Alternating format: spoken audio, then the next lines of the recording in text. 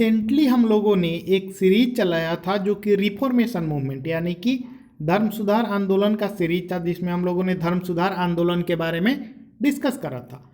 धर्म सुधार आंदोलन जब हुआ था तो उसके बाद या उसी समय में एक और मूवमेंट स्टार्ट हुआ था जिसको काउंटर रिफॉर्मेशन मूवमेंट के नाम से जाना जाता है, यानी कि प्रति धर्म सुधार आंदोलन। तो क्या था ये प्रति धर्म सुधार आंदोलन, उसको आज के लेक्चर में हम लोग डिस्कस करेंगे। चलिए स्टार्ट करते हैं आज का लेक्चर। मेरा नाम है Dhananjay Singh. Welcome to the basic Gyan series of arts study में ADG. Catholicism was deeply hurt by the success of the Protestant movement, yet it had a large number of followers. तो जैसा कि रोमन कैथोलिक चर्च था तो उसमें बहुत सारी बुराइयां थी।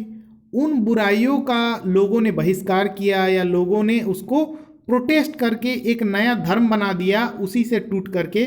तो जो चर्च था वहाँ पे पहले से उस दो पार्ट में बट गया, एक कैथोलिक जो पुराना वाला था और दूसरा नया Protestant.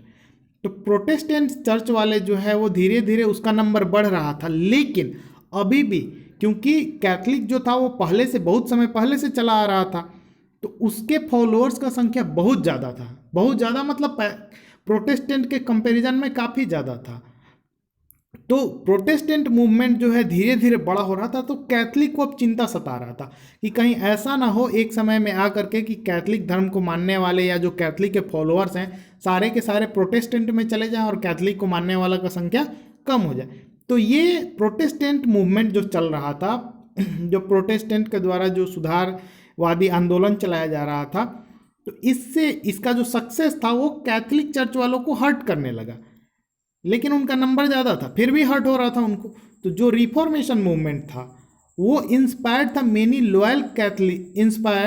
Many loyal Catholics to correct the evils of the church to which Protestant objected.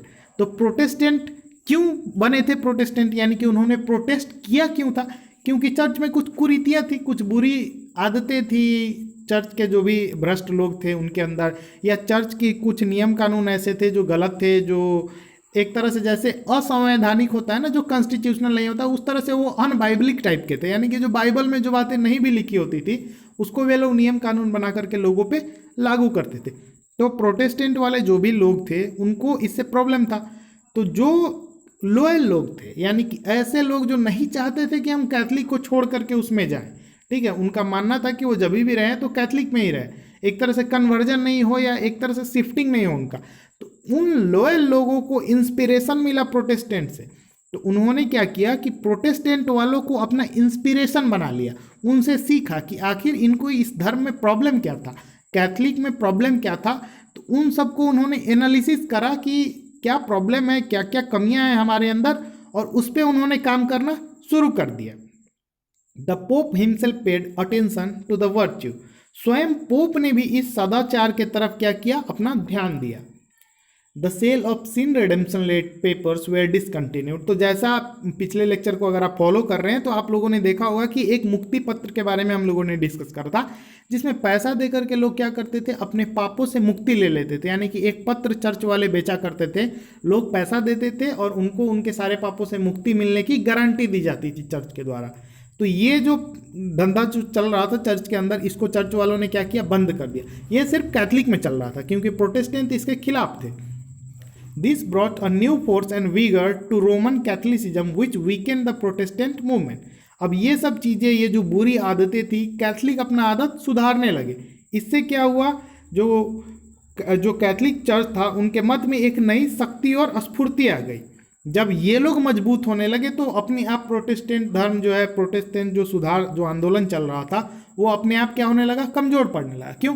क्योंकि इनके अंदर जो गलतियां थी कैथोलिक के अंदर वे लोग खुद से सुधारने लगे, खुद से उस गलतियों का आकलन किए और उसको सुधारने लगे। तो प्रोटेस्टेंट अब उनके पास प्रोटेस्ट करने के लिए कोई मुद्दा बचेगा ही नहीं। मानिए कैथोलिक लोग क्या करते थे, पाप विमोचन पत्र बेचते थे, यानी कि पैसा लो तुम्हें, अब वो बेचेंगे ही नहीं तो प्रोटेस्टेंट उसको प्रोटेस्ट कैसे करेंगे? उनके पास प्रोटेस्ट करने के लिए कोई मुद्दा बचेगा ही नहीं, तो वो प्रोटेस्ट करेंगे कैसे? तो इस तरीके से क्या हुआ, इन्होंने अपने अंदर जो है सुधार लाया, और सुधार लाने के लिए इन्होंने क्या किया था, रिफॉर्मेशन को काउंटर किया। जो धर्म सुधार आंदोलन था उसको इन्होंने काउंटर करने के लिए खुद में सुधार कर लिया, इसीलिए इसको जो है एंटी रिफॉर्मेशन या काउंटर रिफॉर्मेशन मूवमेंट के नाम से जाना जाता है। ये बस बेसिक ज्ञान के पर्पस से, इसमें बहुत ज़्यादा चीज़ें नहीं है। तो आज के इस लेक्चर में इतना ही। लेक्चर अच्छा लगा होगा तो लाइक कर दीजिएगा, चैनल पे नए तो सब्सक्राइब कर लीजिएगा। मिलते हैं जल्दी ही नेक्स्ट लेक्चर में। Thank you so much for watching, stay tuned with us.